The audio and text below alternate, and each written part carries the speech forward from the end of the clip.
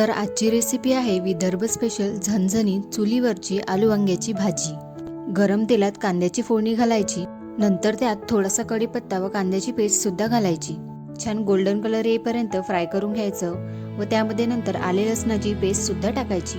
आले लसणाचा कच्चा वास जाईपर्यंत ते सुद्धा छान फ्राय करून घ्यायचं। सर्व खडे मसाले भाजून त्याची पेस्ट केली होती ते सुद्धा यामध्ये मी टाकलेली आहे। 2 मिनिटं ते छान शिजवून घ्यायची। आपण ही भाजी चुलीवर बनवत असल्यामुळे आपल्या भाजीला छान स्मोकी असा फ्लेवर येणार आहे। भाजीमध्ये चवीनुसार हळद, तिखट आणि मीठ सुद्धा त्यामध्ये टाकायचं आहे। मसाल्यांना छान तेल सुटलं की त्यामध्ये जवळपास 700 ग्राम टोमॅटो आणि जवळपास 1 किलो आलू त्यामध्ये आपण कट करून टाकलेले आहेत। छान मिक्स करून घेतलं आणि प्लेट झाकून छान भाजी शिजवून घेतलेली आहे।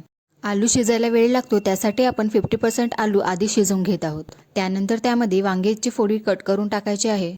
मी इथे 3 किलो वांगे व 1 किलो गोबी घेतलेली आहे। छान मिक्स करून भाजी वाफेवर शिजवून घ्यायची। मधामधात भाजीला छान फिरवत राहायचं। जवळपास 15 ते 20 मिनिटांनंतर भाजी छान शिजलेली आहे। नंतर भाजीमध्ये छान कोथिंबीर टाकायचा। तयार आहे आलू वांग्याची झणझणीत भाजी। व्हिडिओज आवडत असतील तर चॅनलला नक्की सबस्क्राईब करा। आमच्याकडे खास करून लग्नामध्ये ही भाजी नक्कीच बनवली जाते।